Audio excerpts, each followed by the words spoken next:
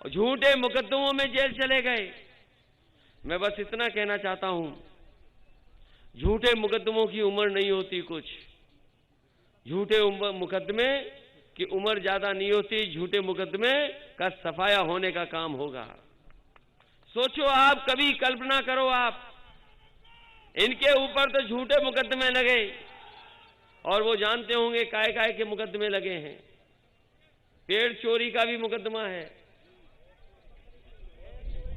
भैंस चोरी का मुकदमा है, बकरी चोरी का मुकदमा है, किताब चोरी का मुकदमा है, शराब की बोतलों का मामले का है, इन पे मुकदमे, न जाने कितने मुकदमे हैं।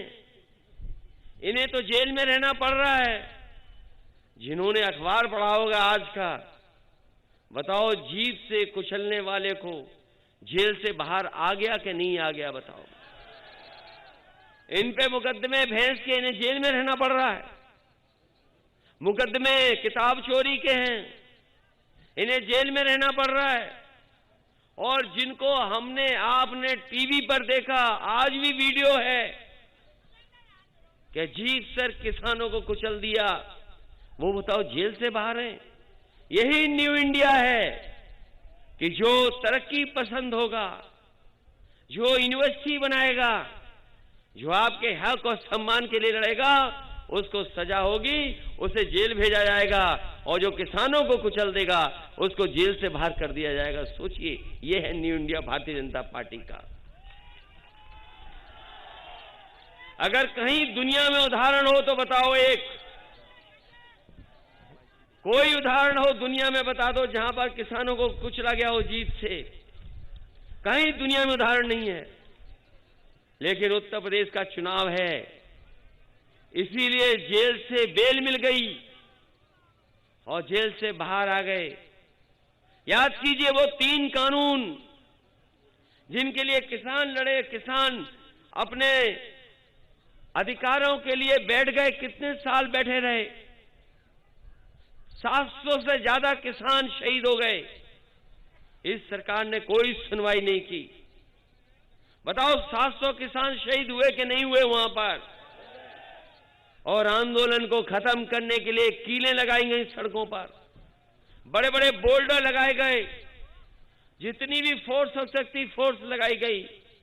ट्रैक्टर अगर निकलते थे तो ट्रैक्टर पे एफआईआर हो जाती थी। किसान और ट्रैक्टर वाले अपना डीजल नहीं भरा सकते थे। सरकार जो कुछ कर सकती थी किया उन्होंने। लेकिन हम बधाई देना चाहते हैं किसानों को कि जो किसान वहां गए और उनके साथ जब प्रदेश के और देश के किसान खड़े हो गए, वो किसान पीछे नहीं हटे। अंतोगतवा सरकार को पीछे हटना पड़ा और 3 काले कानून वापस हो गए। हुए वापस क्या नहीं हुए? और ये 3 कानून जरूर वापस हुए हैं। लेकिन किसानों ने भी मन बना लिया है कि ये चुनाव उनके मान सम्मान का है। ये भारतीय जनता पार्टी के लोग अगर कान पकड़ करके 700 उठक बैठक भी लगाएंगे तो भी किसान उन्हें माफ करने वाले नहीं हैं। बताओ, माफ करोगे ऐसे लोगों को?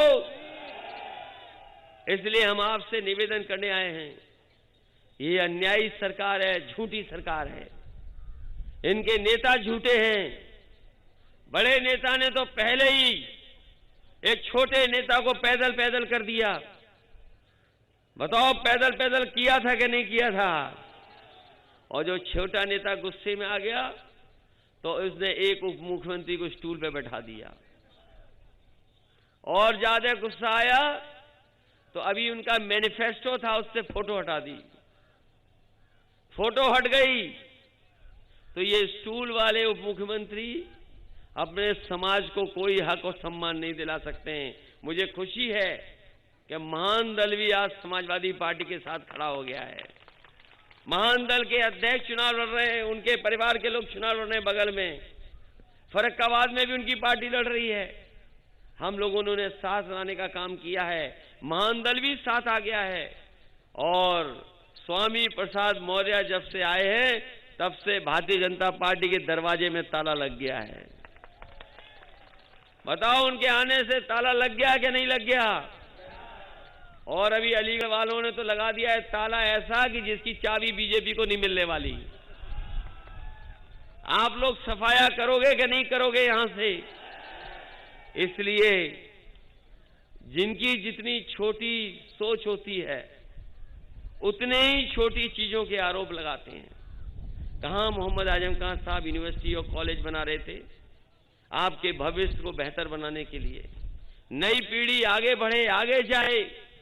ये भारतीय जनता पार्टी के लोग नई सोच के खिलाफ हैं, पढ़ाई के खिलाफ हैं। आप लोग पढ़ लिख जाओगे तो समझदार हो जाओगे, उनके झांसे में नहीं आओगे, इसलिए खिलाफ हैं।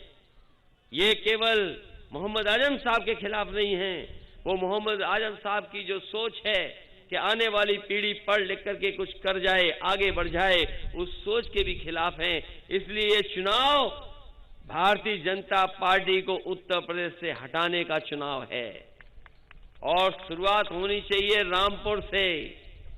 इस चरण में बताओ रामपुर वालों, साफ कर दोगे बीजेपी को कि नहीं? इसलिए सब कुछ याद रखना और समाजवादी पार्टी के प्रत्याशी हमारे विजय सिंह जी हैं, इनको अच्छे वोट दे करके जिताने का काम करना। जिताओगे कि नहीं जिताओगे? पिछली बार तो थोड़ा पीछे रह गए, अब तो सब गणित और समीकरण आपके पक्ष में है गणित और समीकरण आपके बीच में कि नहीं? मैं देख रहा था उस उत्साह से यहां से साइकिल ऊपर कर दी थी। ये साइकिल तो नहीं भूल जाओगे। साइकिल का पैडल इतनी तेज मारना, इतनी तेज मारना, इतने वोट देना, इतने वोट देना कि सबसे बड़ी जीत हो। जिताएंगे और हम आपको भरोसा दिला के जा रहे हैं। बिजली के सवाल पर, इलाज के सवाल पर, दवाई के सवाल पर हम आपके लोगों की मदद करने का काम करेंगे। आज भी सड़कों पर अगर 100 नंबर वाली गाड़ी 112 हो गई है, वो समाजवादी लोगों की देन है। जो एम्बुलेंस चल रही है, जो एम्बुलेंस आप गांव बुला करके मदद मांगते हैं अस्पताल तक ले जाने के लिए, वो भी समाजवादी पार्टी की देन है। हमें रामपुर में अगर गरीबों के इलाज के लिए, गंभीर से गंभीर बीमारी के इलाज के लिए अगर अच्छा अस्पताल बनाना पड़ेगा तो सरकारी अस्पताल बना करके आपको पूरी की पूरी दवाई और इलाज मुफ्त कराने का काम हम लोग करेंगे।